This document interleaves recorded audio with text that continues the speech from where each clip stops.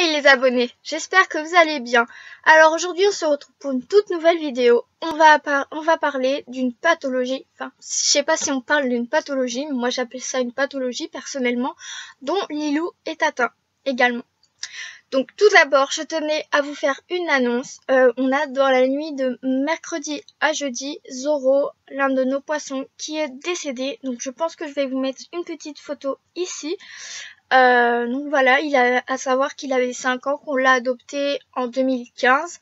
Donc 5 ans pour un poisson rouge, c'est déjà très bien. On savait qu'il était pas bien depuis quelques jours.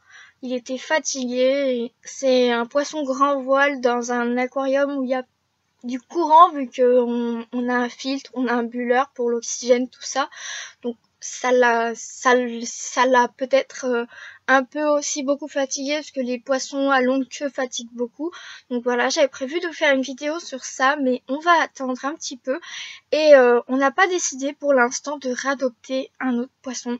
On n'a pas... Enfin voilà, c'est sûr qu'on aimerait bien, mais on trouve que c'est un peu prématuré. Surtout que les poissons ont, les jours suivants, là d'ailleurs, ont pas été très en forme.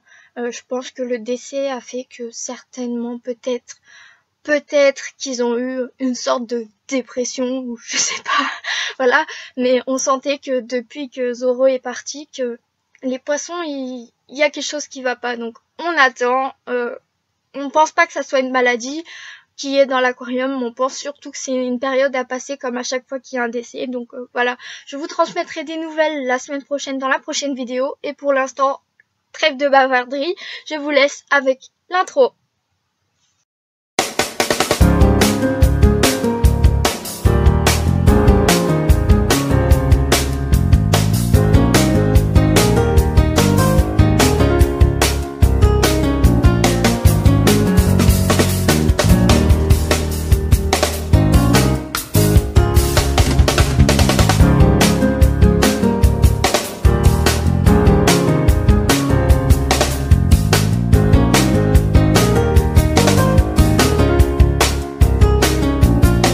Alors dans cette vidéo, je sais que certains vont beaucoup en rire parce qu'on va parler de caca. Donc s'il vous plaît, ne rigolez pas parce que c'est vraiment quelque chose qui n'est pas marrant du tout. Donc voilà, donc c'est l'occlusion distale. Donc qu'est-ce que c'est que l'occlusion distale? Donc l'occlusion distale ou caca collé aux fesses est un amas de poils collés aux fesses tout autour de l'anus. Les causes sont multiples. L'obésité, la malocclusion dentaire et les troubles du comportement, mais également plein d'autres. Le lapin mange certaines crottes qui ne sont pas mauvaises pour son organisme, donc c'est pas les crottes rondes que l'on voit au fond de la cage, mais ce sont des espèces de caétrophes, j'ai du mal à dire ce mot, qui sont gluants comme du chewing-gum. Donc si le lapin ne le fait pas, ces caétrophes collent aux parties intimes et donc du coup les crottes rondes se retrouvent bloquées. Donc, si c'est quelque chose qui vous arrive, il faut réagir rapidement. Vous pouvez, avec l'accord de votre vétérinaire, attention, laver le lapin avec un produit spécial ou alors aller chez le vétérinaire, faire enlever tout ça, voir si c'est très avancé. De toute façon, vous n'aurez pas le choix. Pour que le vétérinaire tonde la partie crottée.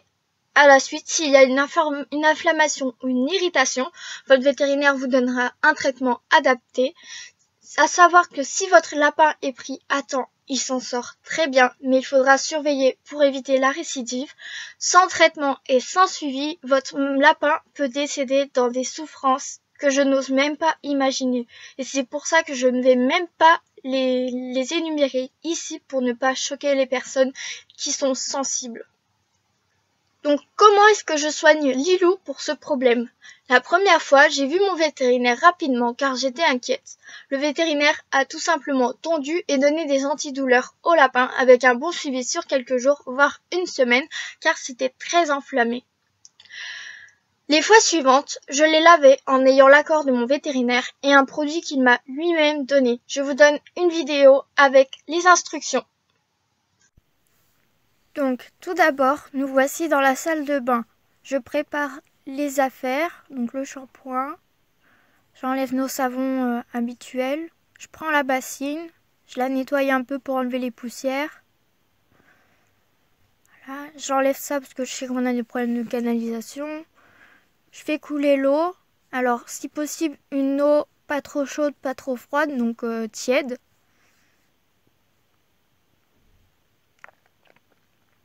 Je mélange pour que l'eau soit pareille un peu partout. Voilà, je remplis pas à fond. Et là, Lilou va arriver. Voilà. Donc vous voyez un peu l'état. Il n'y a pas beaucoup parce qu'il est pris très tôt. Donc voilà. Hop, les pattes arrière, on commence à masser.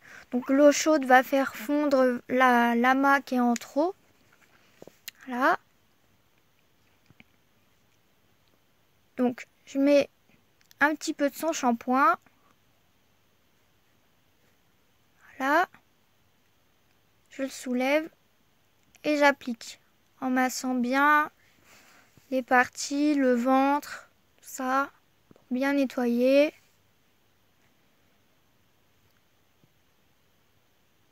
Là, je rince vite fait comme ça pour diluer un peu.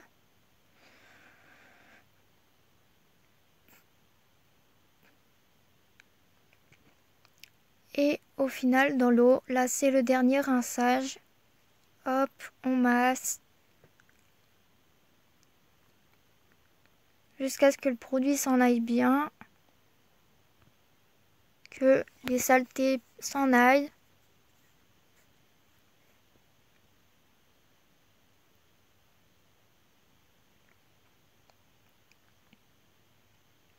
On continue à masser, hein, forcément. Jusqu'à ce que ça parte.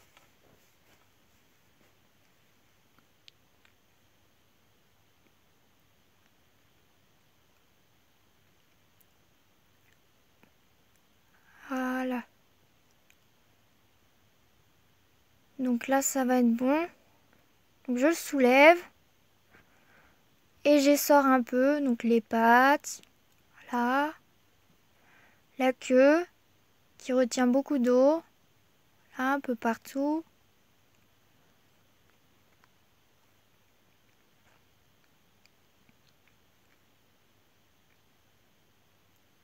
Et ensuite, on l'emmitoufle dans une serviette pour le sécher.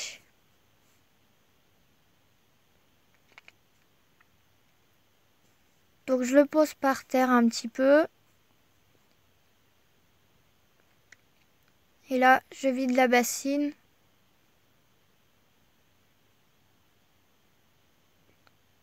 Vous voyez, il reste pas grand chose. Tout a fondu, on va dire. Et donc là, c'est le séchage. Donc bien frotter, tapoter doucement, regarder. Donc je fais une étape, je regarde s'il n'est pas irrité pour voir que son adénite sébacée ne soit pas revenue à cause de justement tout cela. Apparemment, il n'y a aucun problème. Donc je le masse. Là, sèche, j'enlève les poils, oui forcément. Il perd toujours des poils.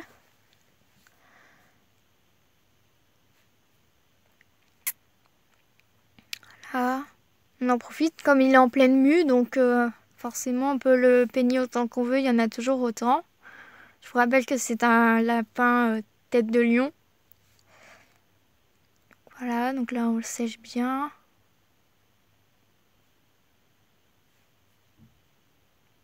Voilà, là je regarde que tout va bien. Apparemment tout va bien.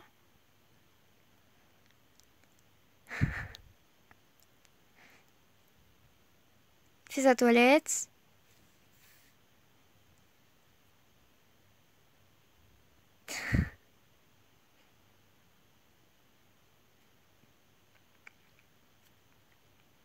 Voilà. Et donc là, je vais faire un traitement pour le lavabo, ce que je fais tout le temps quand je m'occupe de Lilou.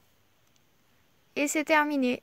À savoir aussi que Lilou souffre aussi de diarrhée chronique, comme je le dis souvent.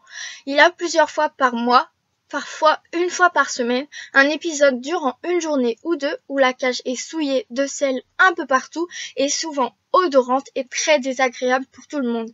J'ai déjà consulté, ce n'est pour lui pas un problème lié à une maladie grave. Il a un traitement à donner une fois par semaine en entretien, voire chaque jour pendant quelques jours en cas de diarrhée. Dans les cas où la cage est souillée, je la nettoie. Comme j'ai un tapis de chanvre au fond de la cage, dans une grande partie, il y a juste à le changer et à en mettre un nouveau. Dans le coin toilette, à l'autre bout de la cage, il y a de la litière de chanvre qui est aussi changée très souvent et plus fréquemment encore lorsqu'il a des diarrhées. Lilou a également des flatulences qui sont aussi insupportables. Il a un traitement adapté donné par le vétérinaire. C'est assez simple à remarquer.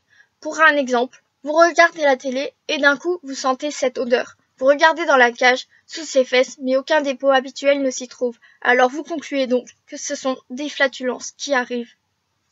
Si vous n'avez pas de suivi par rapport à ces problèmes, consultez rapidement un vétérinaire, car même fréquent chez le lapin de sa fragilité intestinale, ces problèmes peuvent être graves, voire mortels. Votre vétérinaire vous proposera, en fonction de votre animal, de son mode de vie et de son alimentation, un traitement adapté et des conseils.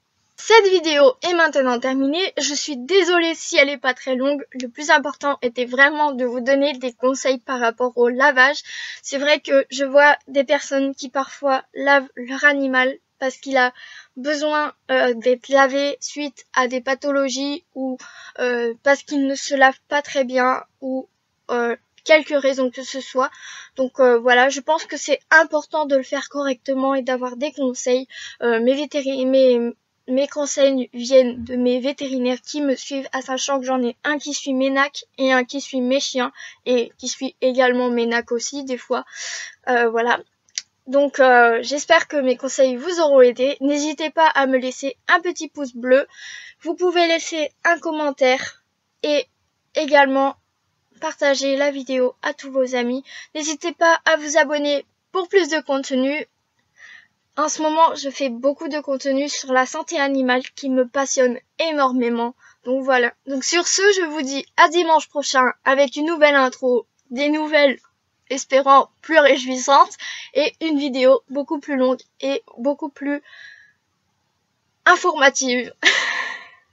Salut!